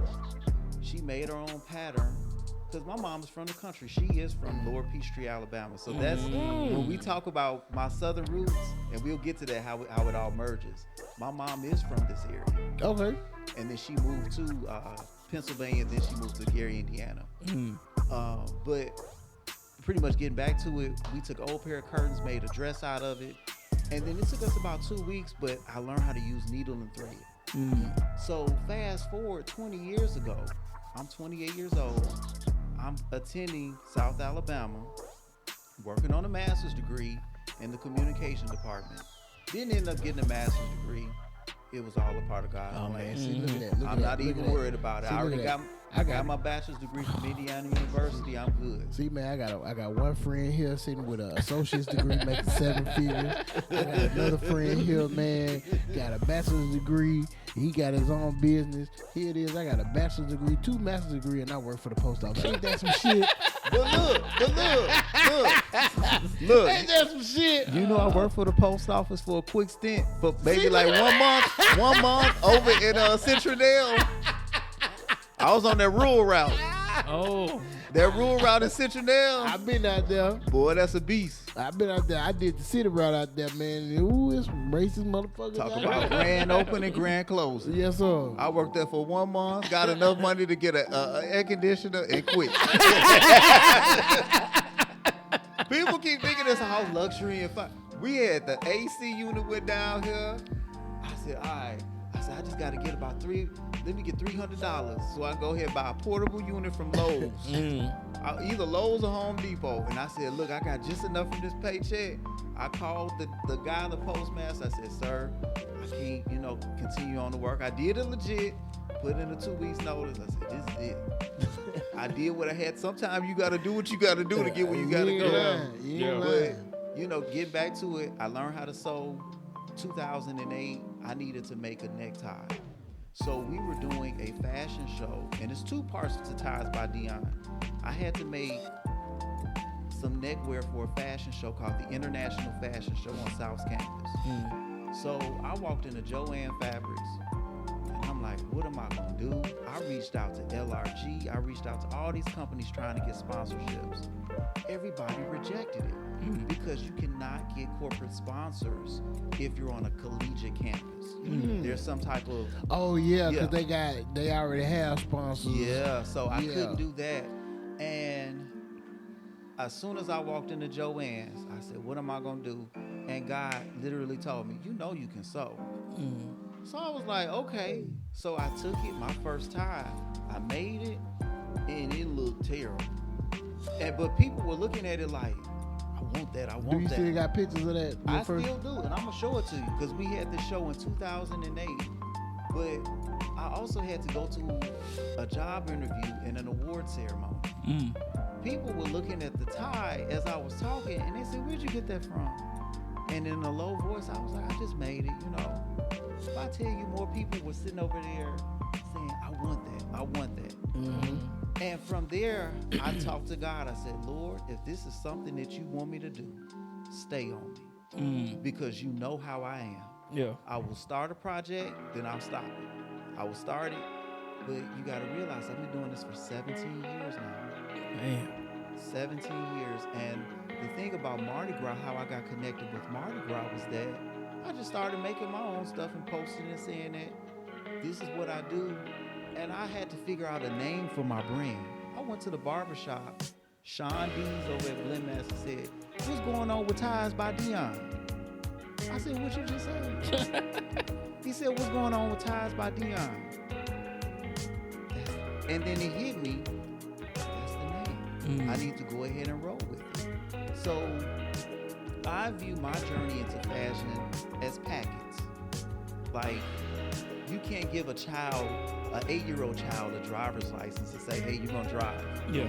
They'll kill themselves. Right.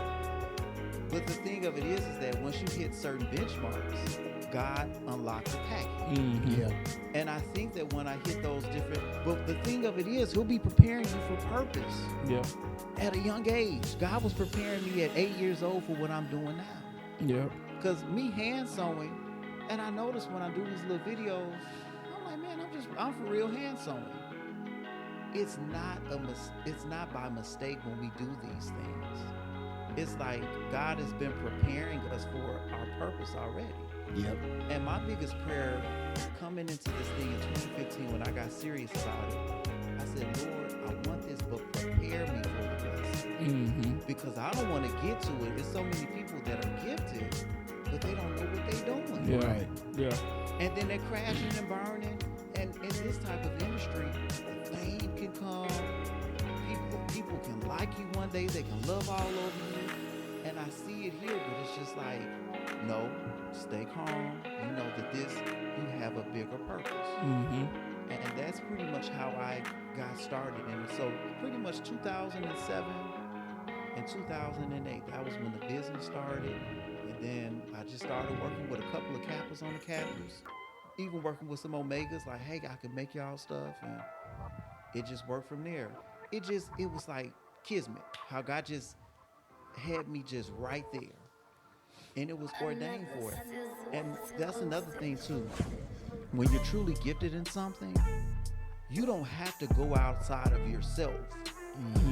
It's gonna happen organically. Yeah.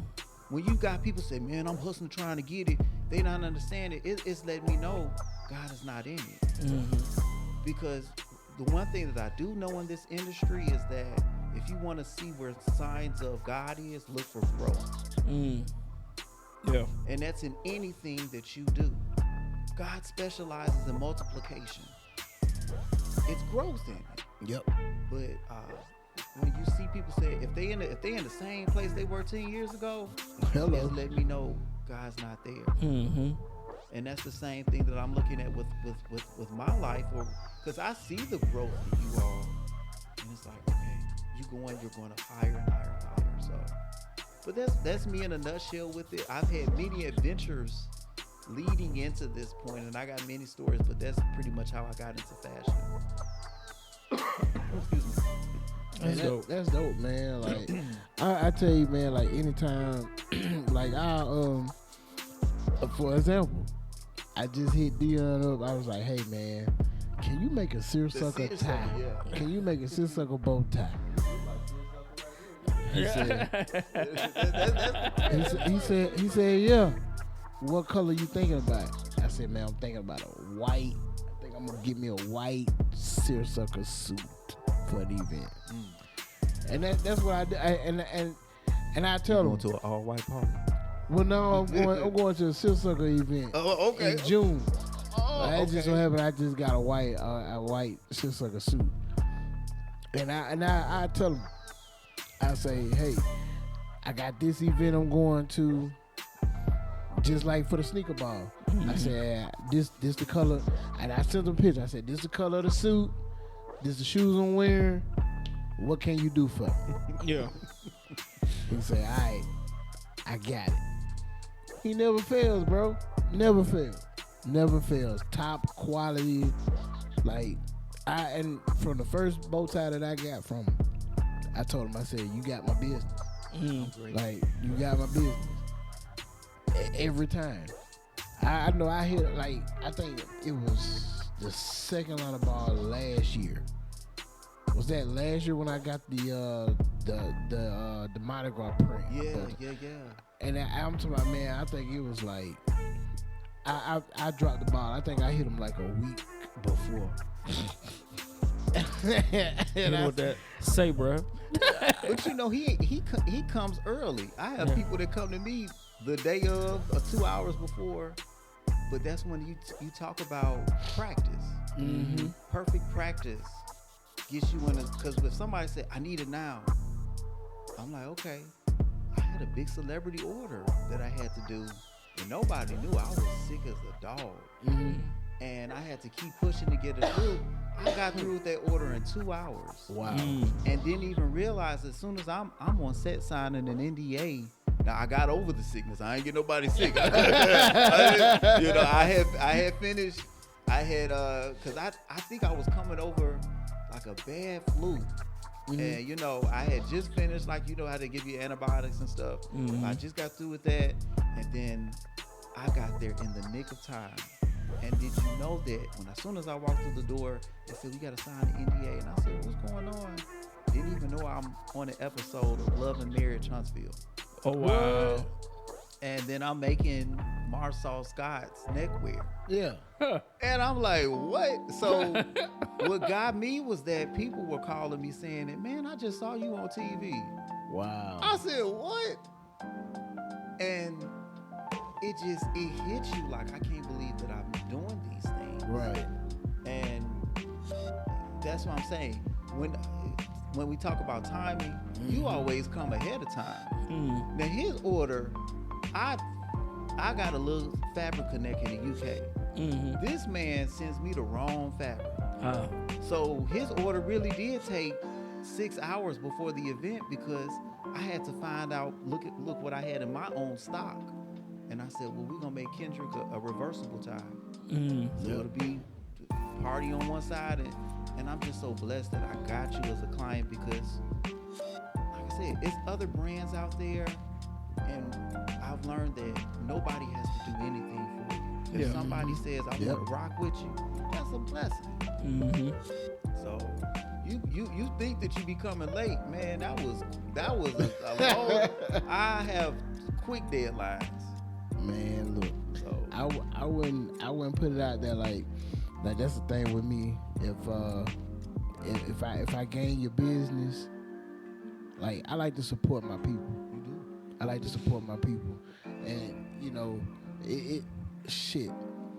Why would I go to a big company that I don't know nobody when, and not saying that you would never be that big, but why would I go over here to where they just looking at the dollars, right? Versus I'm actually going over here and supporting somebody that I know. You know what I'm saying? And that's that I know that has a passion for what they do, and it's their name attached to it. So of course they don't want to fail. You know, like, how many times you done been to the mall and you done picked something out, then when you get back home, man, there's something wrong with it. Yeah. And you take it back. And shit, man, them people, they can afford to throw that shit to the side and keep moving. You know what I'm saying? But when it's people that you know and that you know that they have a passion for what they do and it's their name behind it, they're gonna do what they can. And like, and the thing about it, Sean, like, he talking about the tie that he made me for the sneaker ball. Yeah. And you know, he was like, I sent him a picture. He said, okay, I got these options. What you like? What you want? And then, you know, he was giving me updates. He was like, I'm waiting on the fabric to come in. As soon as it come in, I got you. And then I think maybe the day before he was like, the fabric came in, but it's the wrong fabric. Which one of these you like? He's like, all right, I got you. You know what I'm saying? Yeah. Like, that's showing that, you know what I'm saying? Like, you take pride in what you do. Yeah. And you want to make sure, like, all your customers are satisfied with the product that they get. And I told you from the beginning, man, I was like, from the first one, man, hey, you got my business, brother. Anytime I got something and I need me a bow tie, like, I'm coming. I'm coming. Now, I definitely want to see how this silk sucker tie gonna turn out. Yeah, I'm excited to make it because when you said that you wanted a necktie, I was like, yes. You know, now people, I make bows all the time. I love neckties. I love, that's, you know, I'm a little partial to it. I'll try and convince them, like, you sure you don't want to wear no necktie? You know, you sure you don't want to wear it, you know? But, and sometimes I may be able to get people to pivot, but like I said, I love everything that comes out of it. Which is what you said. I'm excited to see what we can produce with it. You know, I will say, God can give you vision, and He gave me a vision about them feathers. And I did that as a tribute to Kobe Bryant too, when he passed away some years ago. But God showed me this tie, and if I tell you, when God gives you something, it stays on you. And it's almost not a thing where. With me, it was just like I had to get up at 2 a.m. and make this thing because it was just in me so hard to just push out. And the thing about it is that when we talk about people who have come into their calling of certain things, it's not always going to be like, do it. God has such a great way of pulling you into it gently because He wants you to love what you do. And we've always talked about this in our conversations. Being an asset to the kingdom. I'm an asset to the kingdom, you know, or you know, I don't want to be a liability to it. But how I'm getting to this story on that is that loving what you do. It's always starting from that. Some people, you got great singers. As soon as they touch that mic, that was meant for them to do. That was Whitney Houston's purpose. She was built to sing. And you know, you look at some great singers, that's just what they're built to do. And you can see that with a lot of people who jump into their purpose vicariously or just through doing little things. And then as soon as they get older, my mind had to get settled at 28 in order to start something. And I had no plans of doing this. I did want to model. And my career has opened up doors for that. But I'm here to tell you, this is what lets me know it ain't nothing but God. Because I had no plans of sewing. And then to give me something that I had no plans of doing, and to making it something that I love to do, because I want to make sure that you all look good. When we go to these fancy houses or these houses of couture, you got Chanel has a house, Hermes has a house, Louis Vuitton has a house. You go there for a couture experience. I can't even speak those, man. Well, you know, and then you know, when you're in fashion, you kind of learn those terms. You learn the terminology of what couture means, and what is haute couture, and when you know, it's pretty much one of a kind. Haute couture meaning that the very thread or the very silk has been made from a silk moth. Ooh, that sounds so rich, fancy. And it is. And smell good. And you think about it, just for a consultation to a house of couture, back then it was like 15 grand. It's probably maybe about 30,000 just for an appointment. Sheesh. And then when you start to create the neckwear or pretty much create the gowns, you're talking at least at minimum maybe about 100,000. But the people got it. Yeah. And my thing is that why is it that us as black men can't have that experience? So I said, okay, I'm gonna go ahead, by me being a student of fashion, as Sterling would tell me. You know Sterling Summerall. That's my cousin. Yeah. Oh, really? Yeah. Oh, wow. Sterling told me one time, because I was feeling kind of down in the dumps, and he was like, Dion, you have to become a fan of fashion. Yeah. And I took what he told me, and I was just like, man, let me just study and immerse myself into it. But I said, this is something that I want to give us as black men. Yeah. Or somebody, they tell me, look, this is what I want. Can you make it happen? And I'm like, okay. God gives me the blueprint, and we just roll with it. And that's how it's. I'm just grateful to have that because I'm giving you all a little piece of Paris in Gary, Indiana, LA, Mobile, Alabama. And I mean, my first order to overseas was in Paris back in 2014. I shipped just the order off random to a fashion blogger. He got it.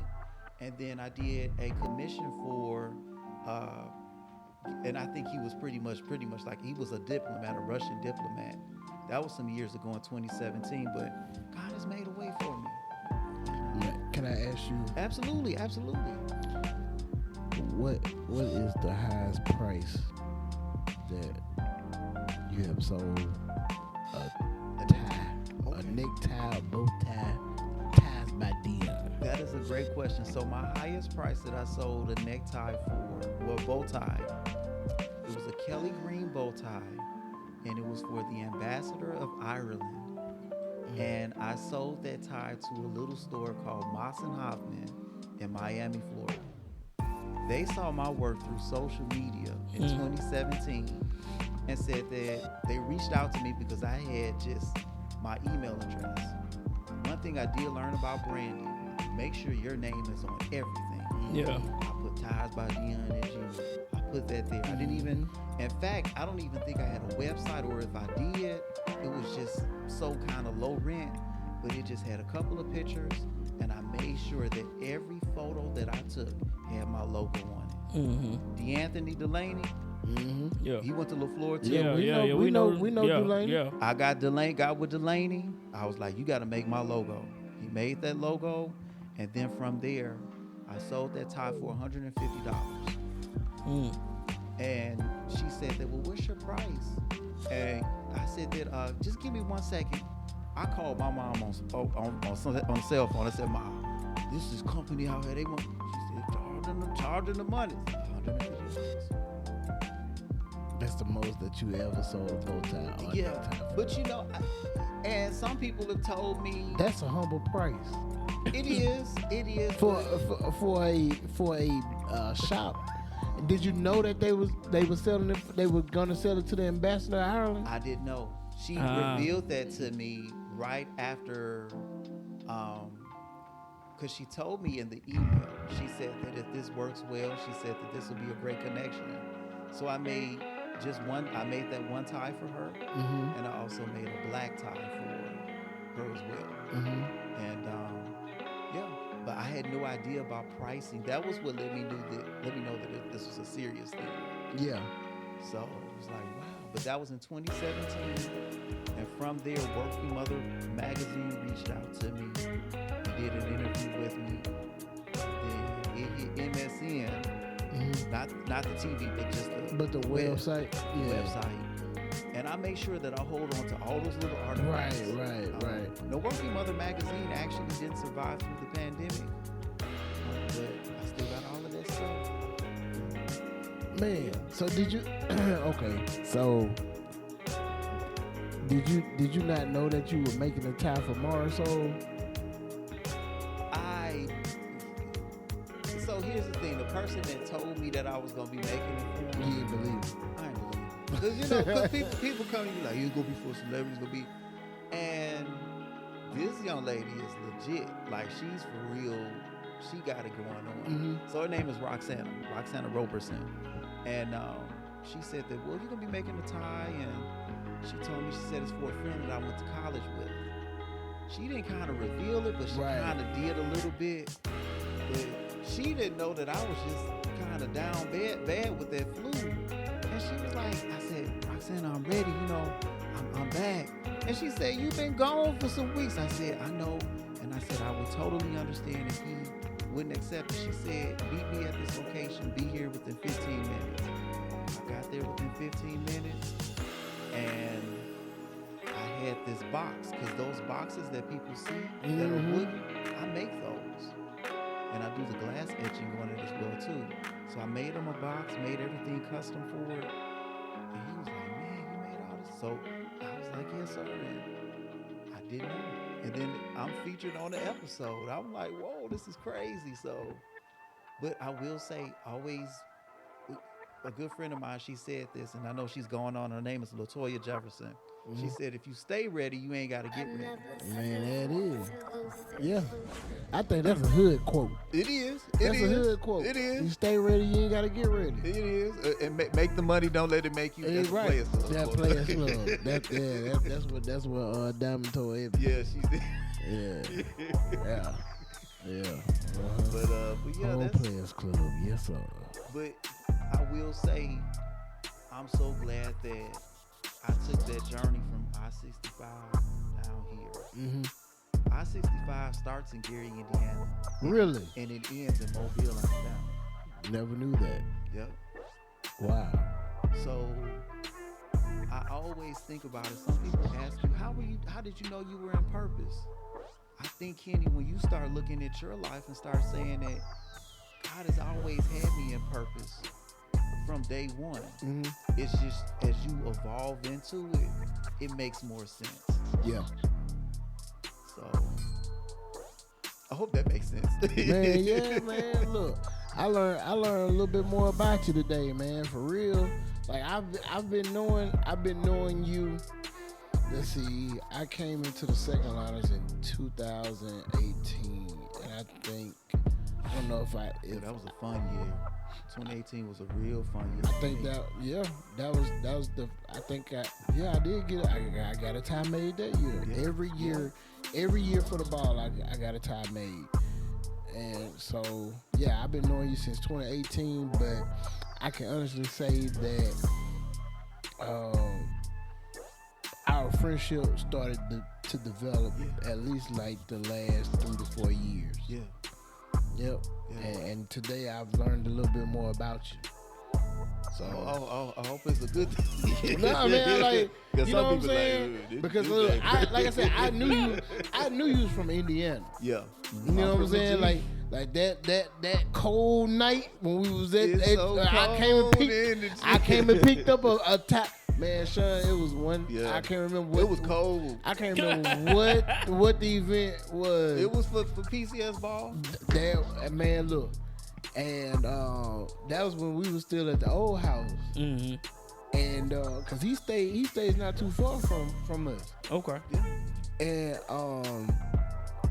he was like, I got your tie done. If you want to come by the house and pick it up, you can. I was like, all right, cool, cause I'm out. And I came over there, man, and we stood out there in that goddamn cold. We talked for about an hour and a half. And that was when, cause he mentioned that he was from Indiana, but he didn't say where.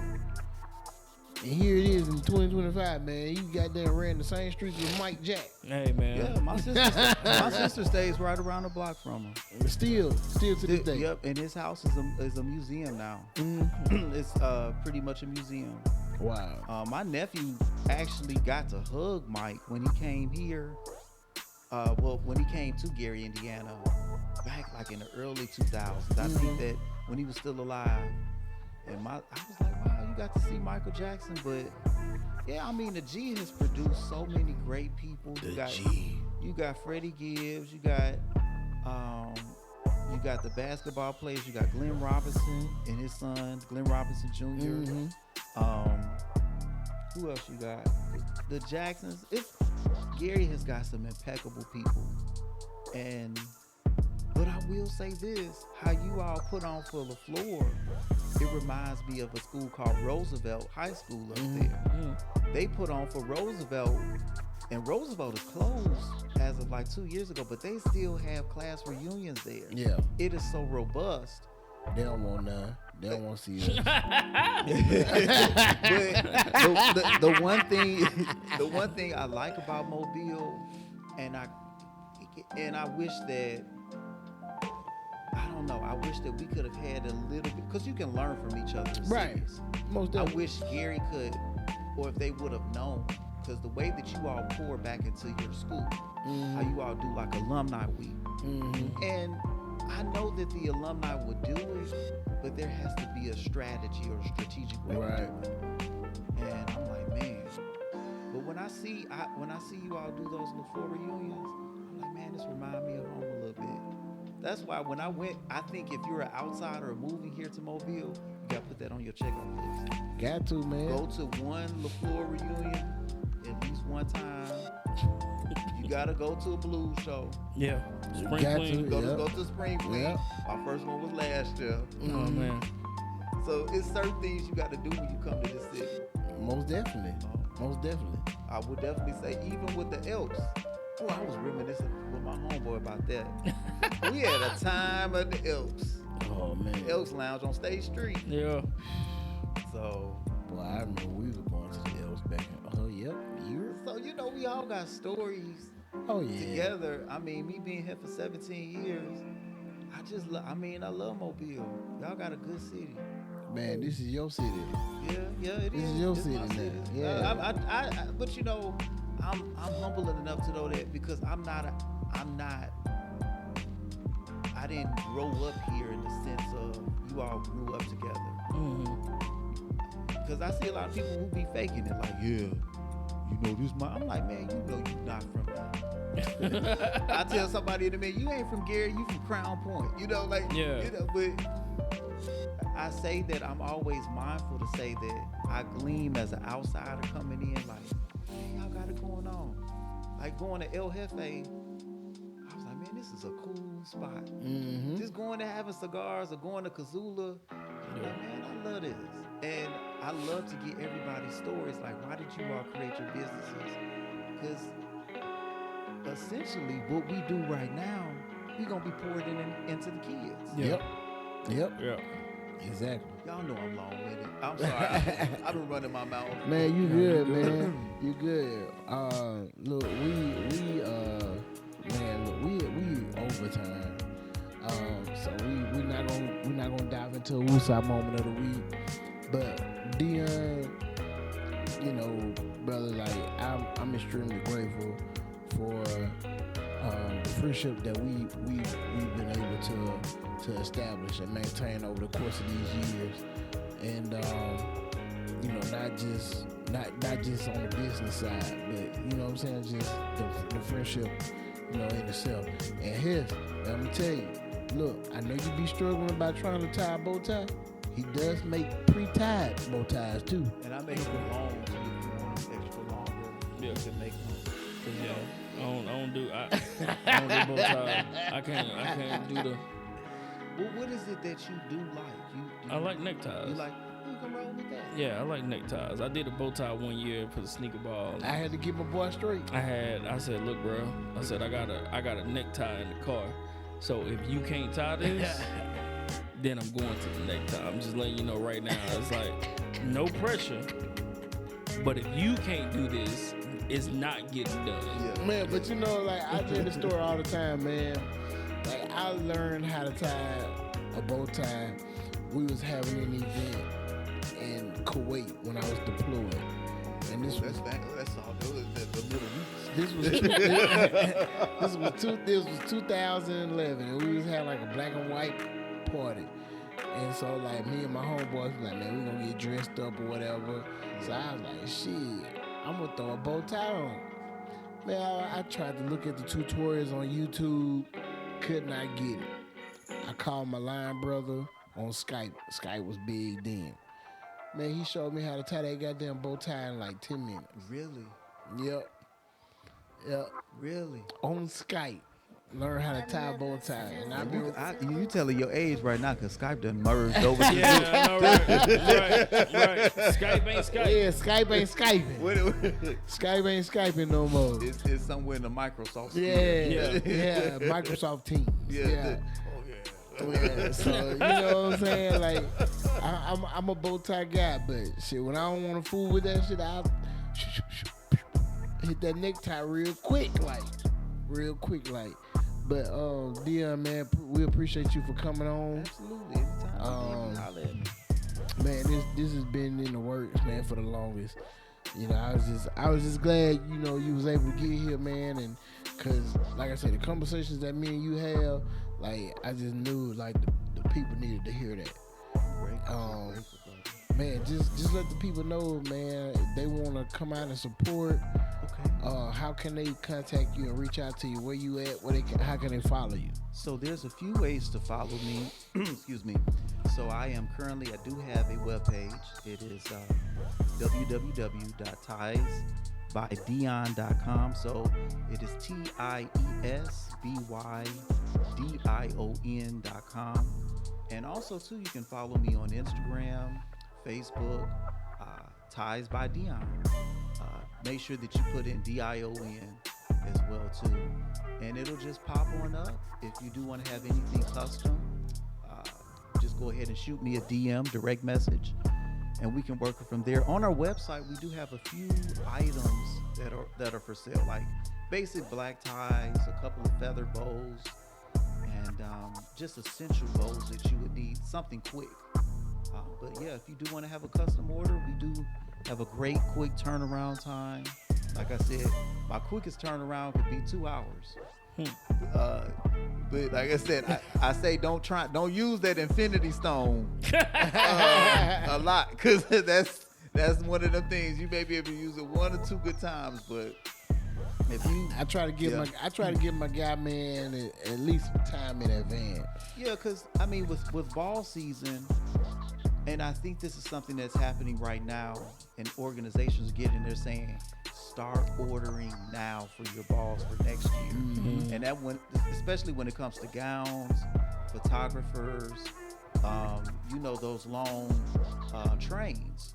You got to start that process in the summertime. Mm-hmm. Yep. So we're trying to get everybody to start doing it in the summer, even booking with your MUAs. Get it done fast.